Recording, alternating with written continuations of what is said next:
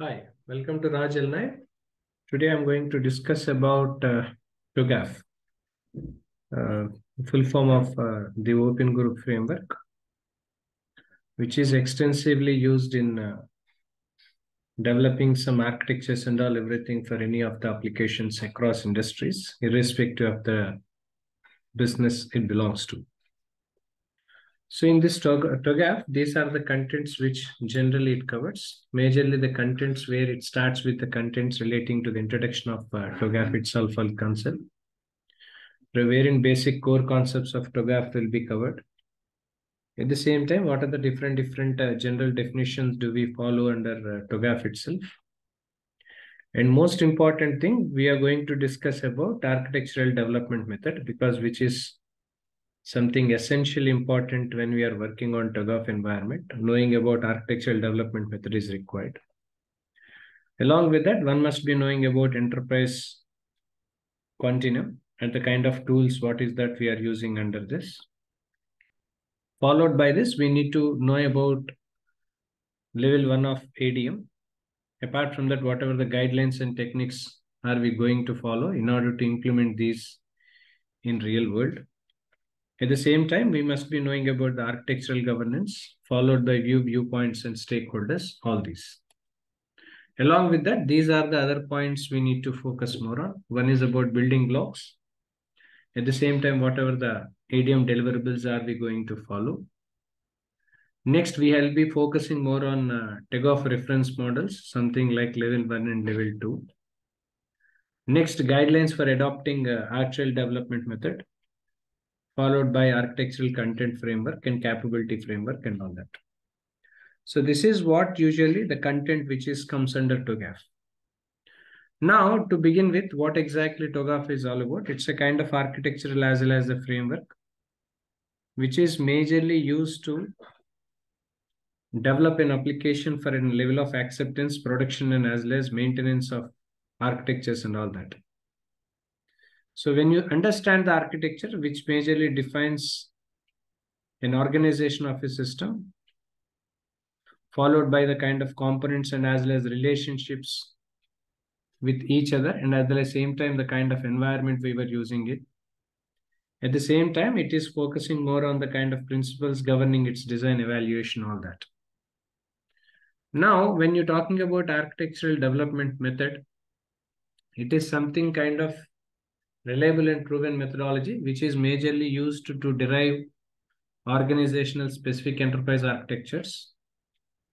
And it is also specifically designed to address the business requirements, whichever customer has.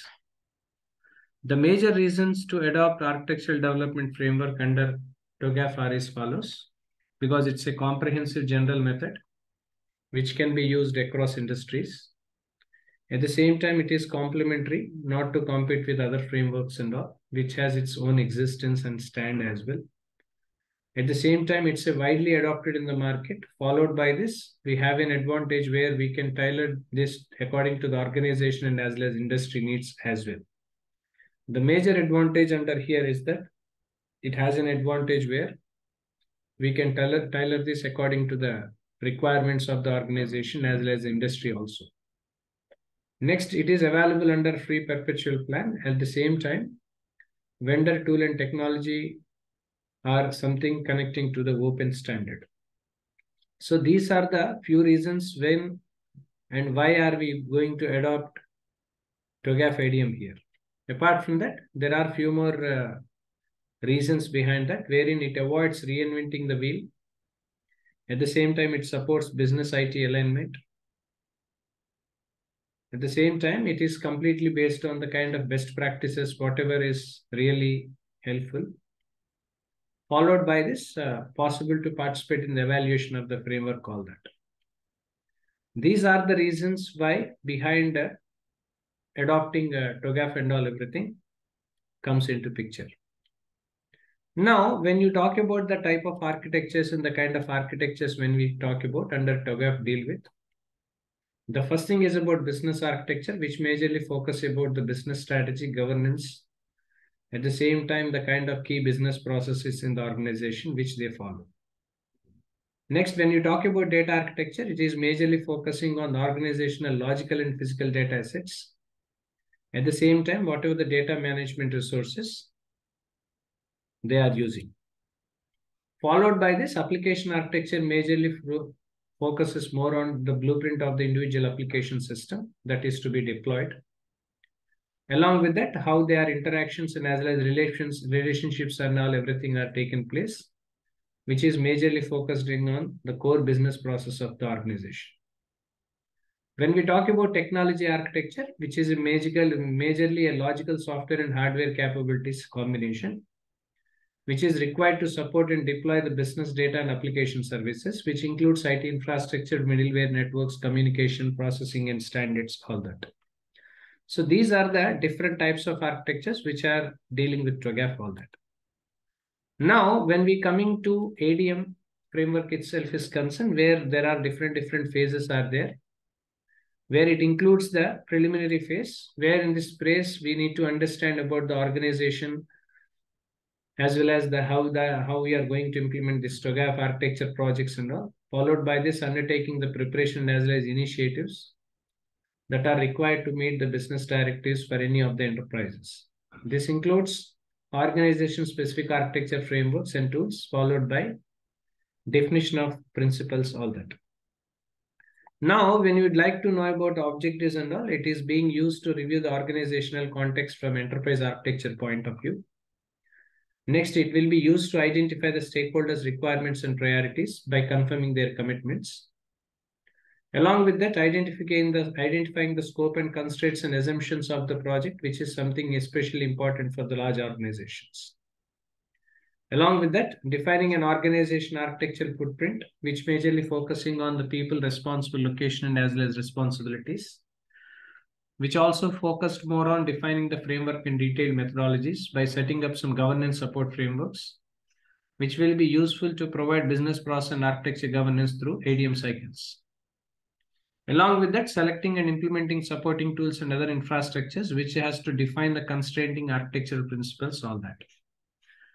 These are the few major principles which comes under this context. At the same time, when we're talking about requirements management itself is concerned, one should be able in a position to understand the kind of stages which TOGAF is majorly focusing on, the kind of identification of requirements, stores, and as well as which are relevant to ADM phases. Followed by this, which disposes the address and prioritizing the requirements, all that. These are all something relating to the requirements management and all everything itself is concerned. Now, when you want to understand about the scoping of architectural activity, it's majorly focusing on ADM to define and recommended sequences in developing an organization-wide enterprise architecture, which is majorly focused on the following reasons. The first one is to understand about organization authority by producing the architecture. Second, objectives and stakeholder concerns to be addressed within the architecture itself. At the same time, availability of people, finances, and other resources which are essentially required to scope it. But when we talk about the dimensions where scope defined are very limited, where we need to know about enterprise scope, which is nothing but enterprise scope or focus. This is something to understand full extent of enterprise and how much of that extent of focus in architecting is efforting. At the same time, modern enterprise which is majorly used to increase extent beyond its traditional boundaries, followed by the combined with suppliers, customers, and partners.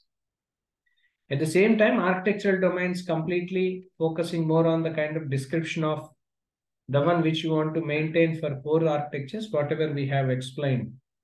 I have explained some time back, followed by the kind of realities or resources. At the same time, the kind of time constraints and as well as the factors, what is that we require to follow.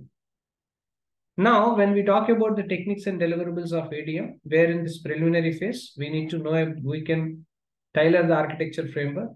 At the same time, organizational model for enterprise architecture by knowing some architecture principles, followed by the business principles, goals, and business drivers.